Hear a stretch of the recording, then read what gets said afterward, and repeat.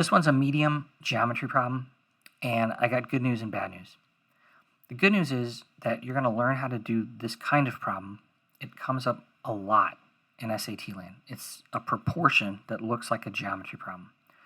The bad news is that you got a lot of work to do in this problem. You've got to redraw the figure when you're doing geometry, and in this one, it's absolutely unavoidable. And it really sucks, guys. I think it's especially evil testing service to make you have to redraw these very complex figures that are on computer screens that you can't draw on like a paper test. So you got to redraw it. Give me a chance to redraw it. There's a lot going on here.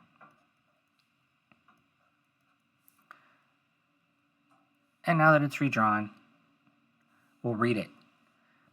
Triangle QPR is similar to triangle STR.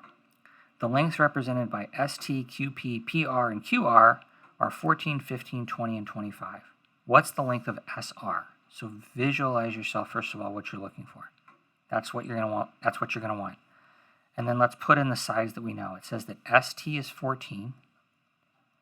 It says that QP is 15. PR is 20. I'll put a little dot here. And then QR is 25. They're similar triangles. What's that mean? It means that the sides can be whatever they want, but they're proportional. They have a relationship because all of the angles are the same. They tell you that they're similar. All triangles that are similar have similar angles. They double down on it because this is 90, this is 90. X and X must be the same. That means these must be the same. All these angles are the same. So whatever these sides are, they're all proportionally related somehow. A proportion always looks like a fraction, and then an equal sign, and then a fraction. And the way you set up your proportion is you just think about, well, what do I know? So are there two sides of these two triangles where you know both of them? And there are. You know, like the height side. So we're going to put the stuff on top, and the stuff on bottom.